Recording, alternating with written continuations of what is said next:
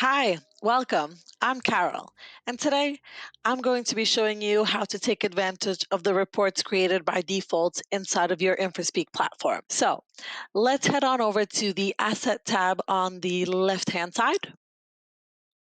Once we are here, we can click on the asset we want to generate a report. And if we click on Reports, we can easily and quickly generate an asset report or an asset measurements report.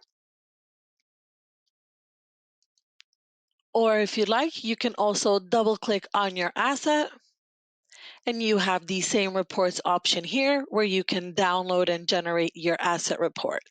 We also have our work orders reports by default. So if you click on a work order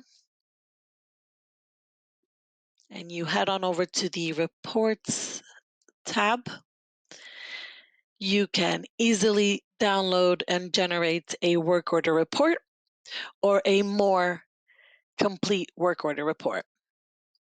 You have both options. You also have the option of double clicking on the work order and heading on over to the reports tab, and again, having access to the same default reports that are available for you.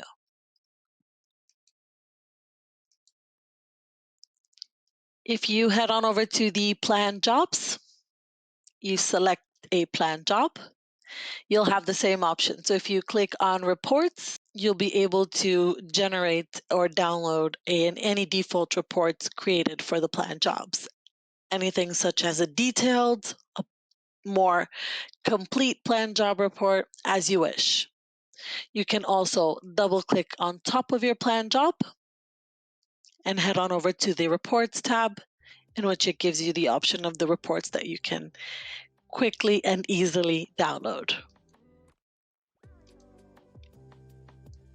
That's all. Don't forget to take advantage of these default reports.